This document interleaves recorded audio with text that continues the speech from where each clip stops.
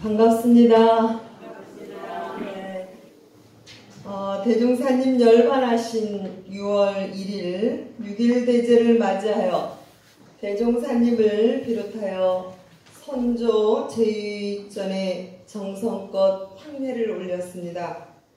오늘은 저희들이 스승이신 대종사님과 역대 종보사님 그리고 선조 제2들을 마음으로 친근하게 모시고 이 스승님들과 선조들에게 감사보온한 마음을 챙겨보면서 세간의 세 가지 큰 일이라는 주제로 함께 하고자 합니다.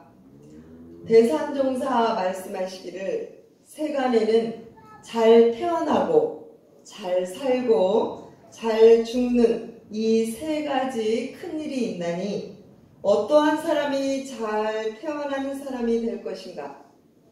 또 어떠한 사람이 잘 사는 사람이 될 것인가?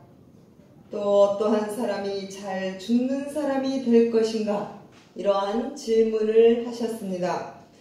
오늘 6월 6일 대제를 맞이해서 선조 제2뿐 아니라 여기 계신 모든 분들이 이 세 가지 질문을 통해서 스스로 세세생생 보은자로 행복자로 거듭나기를 염원드리면서 어떻게 하면 잘 태어나고 잘 살고 잘 죽을 수 있을까? 이 세간의 세 가지 큰 일을 함께 나누어 보고자 하겠습니다.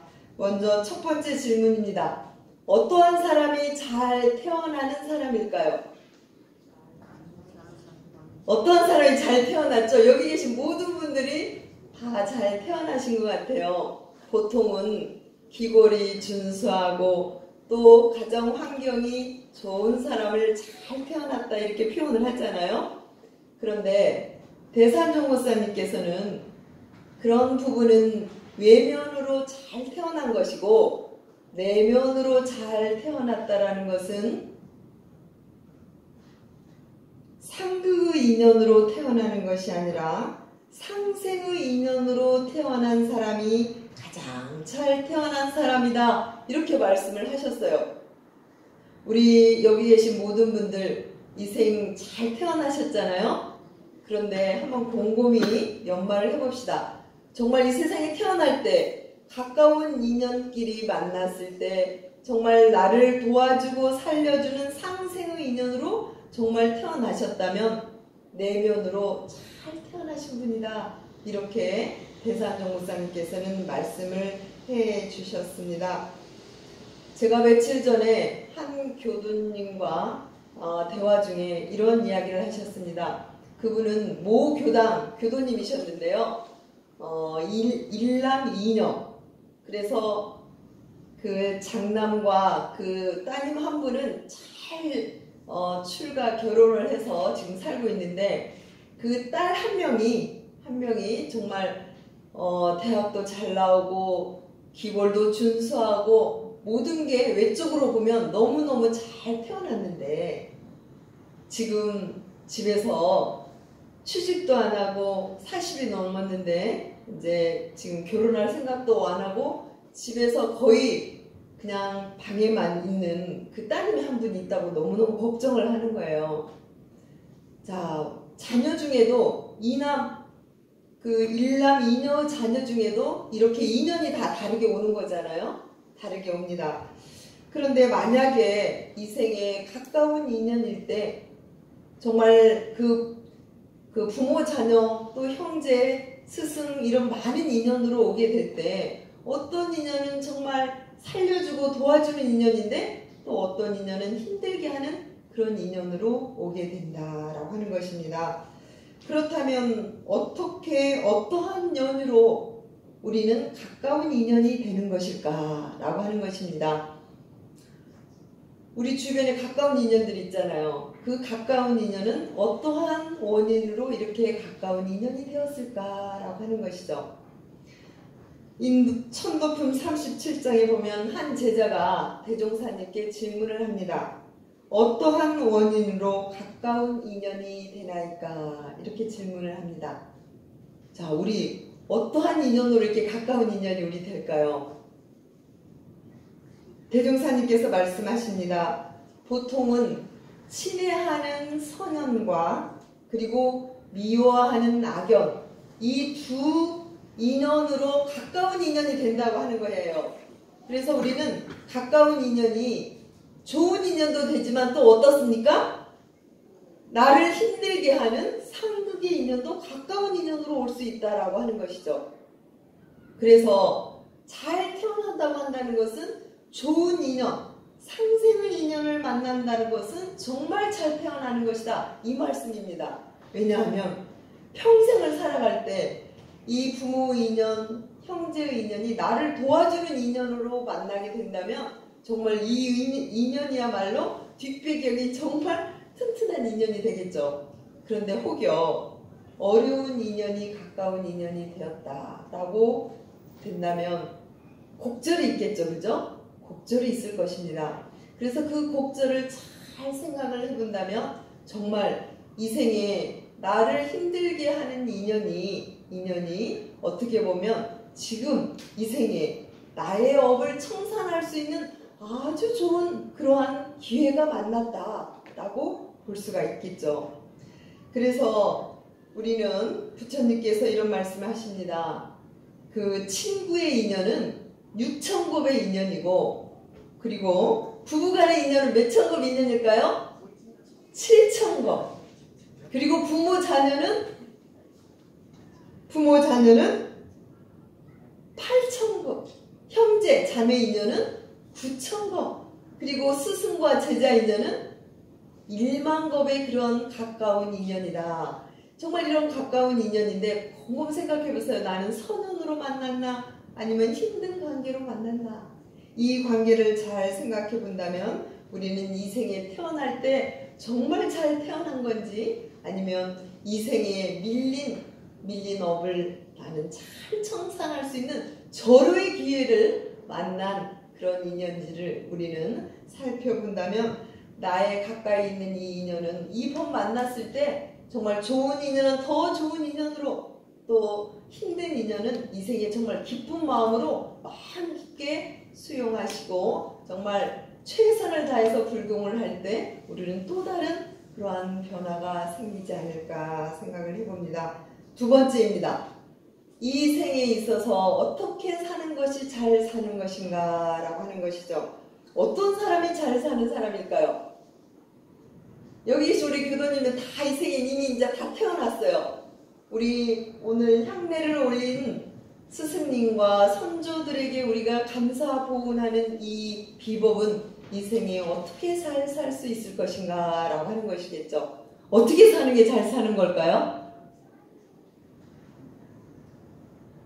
보통의 경우에는 일생을 사는 동안 의식주에 구애가 없는 사람들을 잘 산다 이렇게 표현을 볼 수 있을 텐데, 대산종부사님께서는 이런 말씀 해주셨습니다. 내면으로 잘 사는 사람은, 아까 의식주를 편안하게 사는 사람은 외면으로 잘 사는 사람이고, 내면으로 잘 사는 사람은 어떤 사람이냐, 타인에게 도움을 주는 사람이 잘 사는 사람이다, 이렇게 명료하게 말씀을 해주셨어요. 저는 이 법문을 받들고 너무너무 선명하게 우리가 잘 사는 길을 저희들에게 밝혀주셨구나 하는 느낌이 들었습니다. 우리 교도님들 맞습니까? 네, 마지막 박수 한번 보내주시다. 대산 경사님께 지금 박수를 드리는 겁니다. 이 박수를 드리는 것은 정말 잘 살고 싶은데 어떻게 잘 사는 것이냐, 남에게 도움을 주는 삶이 잘 사는 삶이다, 이렇게 지금 말씀해 주신 거예요. 이게 바로 우리가 오늘 선조들에게 보훈하는 길이 아닐까, 이런 생각이 들어집니다. 며칠 전에 또 한 교도님과 대화를 했습니다. 정말 그 자녀가 그 취업을 간절히 원했는데 올해 취업이 됐어요. 그런데 이 기쁨을 이제 표현하기 위해서 그 자녀를 이제 데리고 교당에 왔습니다. 근데 이 기쁨을 서로 나누다가 이 교도님이 그런데 이 기쁜 마음으로 하나의 원이 세워졌습니다. 이렇게 이야기하는 거예요. 그러면서 그 원이 이제 다른 사람을 위해서 그동안은 그 자녀의 취업을 위해서 간절히 기도를 올렸는데 이제 취업이 되고 나니까 정말 이 세상에 많은 취업을 원하는 그러한 부모들을 위해서 기도를 해주고 싶습니다. 이렇게 이야기를 하는 거예요. 얼마나 기쁜 일입니까? 그동안은 나 자신은 내 자식을 위한 기도만 정말 간절했는데 이 자녀가 취업을 하고 나니까 이제 원이 간절히 생겼다는 거예요. 누군가를 위해서 기도하고 싶은 마음이 저절로 생겼다. 이런 마음이 생겼다고 한다면 이 가정이 어떻게 될 것 같아요? 날로 정말 풍요로운 그런 가정이 되리라. 그렇게 믿어보면서 그 이야기를 듣는 순간 제가 굉장히 기뻤습니다. 우리가 만나는 사람마다 그 사람의 앞날을 기원하면서 기도도 하고 그리고 그분의 모든 일이 잘 되기를 바라는 이런 마음 한 마음만 우리가 갖고 산다고 한다면 정말 그분의 앞길이 정말 영생토록 그렇게 열리지 않을까 생각이 들어집니다. 정말 잘 사는 길은 대선정사님께서 남을 위하는 삶. 그런데 보통 경우에는 먼 사람도 중요한데 가장 가까이 있는 사람, 가장 가까이 남편을 어떻게 도와줄 수 있을까? 자녀를 어떻게 도와줄 수 있을까? 친구를 어떻게 도와줄 수 있을까? 어떻게 도와줄 수 있을까? 이렇게 계속해서 마음으로 영원한다면 도와주고 싶은 그 일들이 또 오를까요? 또 오릅니다. 그래서 잘 사는 길은 지금 내 가까이 있는 사람들에게 내가 어떻게 도움을 줄 것인가 이런 마음으로 우리가 살아가게 된다면 그분의 앞길은 영생 통장에 차곡차곡 그 저축이 되는 그런 기쁨이 가득하리라 그렇게 믿어봅니다. 특히 부처님께서는 이런 말씀하십니다. 한 제자가 와서 저는 하는 일마다 잘 되지 않습니다. 어떻게 하오리까? 부처님께서는 내가 남에게 베풀지 않았기 때문이다 이렇게 답을 합니다. 아니 제가 가진 것도 없는데 무엇을 베풀으라고 합니까? 이때 부처님 말씀하십니다. 그렇지 않느니라. 아무 재산이 없어도 베풀 것이 많다 적다? 많다. 7가지 베푸는 것을 말씀하시죠. 그것을 일러 무제 7보시다 이렇게 말씀을 하시잖아요. 자, 우리는 육군만 있어도 보시, 베풀 수 있는 그러한 것이 있다. 무제, 재산이 없어도 베풀 것이 있다 라고 하는 것이죠. 자, 하완시, 하한화자예요. 자, 우리 얼굴로 베풀 게 너무 많다는 거예요. 화색을 띠고 우리가 한다면 그것도 얼굴로 베풀 수 있는 정겨운 얼굴을 같이 나누는 것도 가까운 인연끼리 그렇게 나누는 것도 엄청난 보시다 라고 하는 것이죠. 그리고 언시, 말로 보시를 하는 거예요. 말로. 자, 격려의 말, 위로의 말, 부드러운 말, 그리고 우리는 진리의 말을 전하게 될 때 이게 법보시잖아요. 말로 보시를 하는 거 이거야말로 엄청난 보시다 라고 하는 것이죠. 그리고 심시, 마음으로 보시를 하는 거예요. 자, 지금 이 순간 한번 보시 한번 해보시게요. 마음으로. 자, 마음으로 보시를 한다는 것은 다른 사람에게 마음을 활짝 열어주고 따뜻한 마음을 전하는 것만 해도 우리는 엄청난 보시를 한다는 거예요. 무의 보시가 있잖아요. 다른 사람 마음을 편안하게 해주는 것만 해도 남편의 마음을 편안하게만 해주는 것도 해요. 자녀의 마음을 편안하게 해주는 것만 해도 이게 엄청난 보시가 된다는 거예요. 우리 교도님들 할 수 있을까요? 간단한 거죠. 가장 가까이 있는 사람 마음을 계속 쑤시는 거예요. 그럼 이것은 보시가 아니고 그죠? 서로가 힘들게 할 수 있는 관계죠. 근데 마음으로 상대를 편안하게 할 수 있는 거 이것만 해도 엄청난 보시가 될 수 있다 라고 하는 것이죠. 안시, 눈으로도 보시를 할 수 있는 거예요. 너무 쉽지 않아요? 눈으로 어떻게 하면 될까요? 눈에 도끼를 품을 수도 있겠고 눈으로 호의를 담아서 이렇게 바라볼 수만 잘만 바라봐도 이게 엄청난 안식 베푸는 게 될 수가 있겠죠. 몸으로 베푸는 거, 그리고 자리만 이렇게 양보해 주는 것도, 그리고 찰식 다른 사람 마음을 잘 헤아려 주는 거, 이것도 엄청난 보시라고 하는 것이죠. 이렇게 7가지를 보시를 하게 되면 너의 행운이 따르리라, 이런 말씀을 부처님께서 해주셨어요. 자, 7가지 보시하실 수 있을까요? 네. 가장 잘 사는 것은 남에게 도움을 주는 것인데, 이것은 바로 우리가 육군을 잘 사용만 해도 우리는 남에게 도울 수 있는 이런 비법이 있다라는 것을 우리 부처님께서 저희들에게 말씀을 해주셨습니다. 잘 사는 법, 잘 사는 법. 대산종사님 뭐라고 하셨습니까?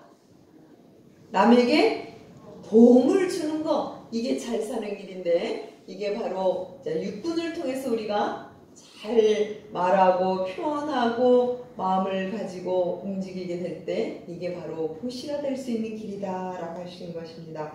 3번째, 어떠한 사람이 잘 죽는 사람이 될까 하는 것입니다. 여기 계신 모든 분, 한 분도 빠지지 않고 어느 길을 향하고 있습니까? 죽음의 길을 향하고 있어요. 어떤 사람이 잘 죽을 수 있을까요? 보통 사람들은 장수하는 것, 그리고 집에서 편안히 죽는 사람을 잘 죽었다, 이렇게 표현을 할 수 있는데요. 이것은 외면으로 그렇게 잘 죽었다라고 하는데, 대산종사님께서는 최후의 일념을 잘 챙기는 것, 이거야말로 잘 죽는 비법이다 라는 말씀이십니다. 평소에 최후 일념을 잘 챙긴다는 것은, 그 최후 일념은 청정일념과 서원일념이에요.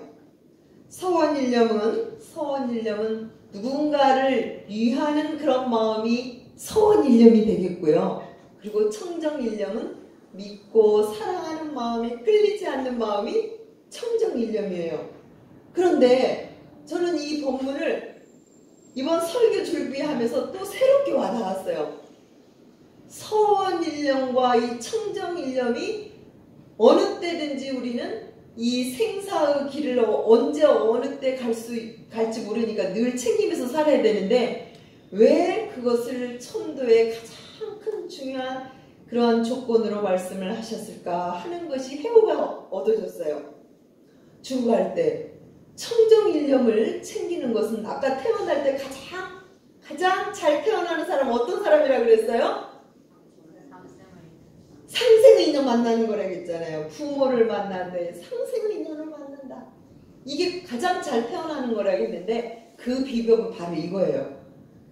최후 일념이 천정 일념을 탁 챙기게 되면, 믿고 사랑하는데 끌리지 않는 마음을 탁 챙기면 그 마음이 악연으로 가는 그런 인연을 따라가는 게 아니라, 자기가 선택해서 마음을 가는데 선연을 선택할 수 있는 힘이 거기서 생길 수 있겠구나 하는 거예요.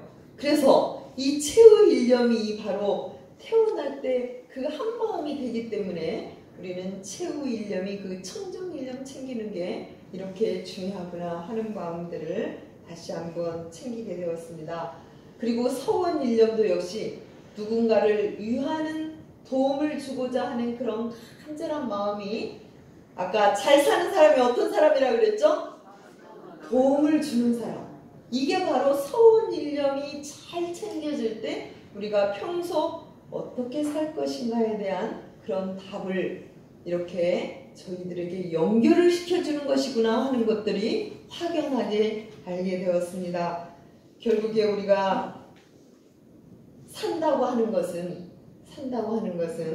최후일념인 서원일념과 청정일념을 잘 챙기게 되면, 그게 바로 잘 태어나는 길이 되고, 잘 태어나게 되면 우리가 또 남을 위하는 이 서원일념으로 살아갈 수 있게 되고, 또 서원일념으로 잘 우리가 살아갈 때 잘 죽을 수 있는 그런 기원이 되기 때문에, 이게 바로 하나로 다 연결되어 있는 그런 흐름임을 우리는 확인해 볼 수 있습니다. 6일 대제를 계기로 어떻게 태어나야 되고 또 어떻게 살아야 되고 또 어떻게 죽어야 되는지 대산종사님께서 세간의 큰일 세 가지를 저희들에게 밝혀주셨습니다. 오늘 이 시간에 다 이제 잊으시고 잘 사는 길이 선조들에게 스승님께 보온하는 길인데 우리 육군을 통해서 모두를 위하는 그런 마음, 특히 가까운 인연들에게 우리가 어떻게 도움을 줄 것인가 이 마음으로 늘 실천하는 삶이 되시기를 염원드리면서 마치겠습니다. 감사합니다.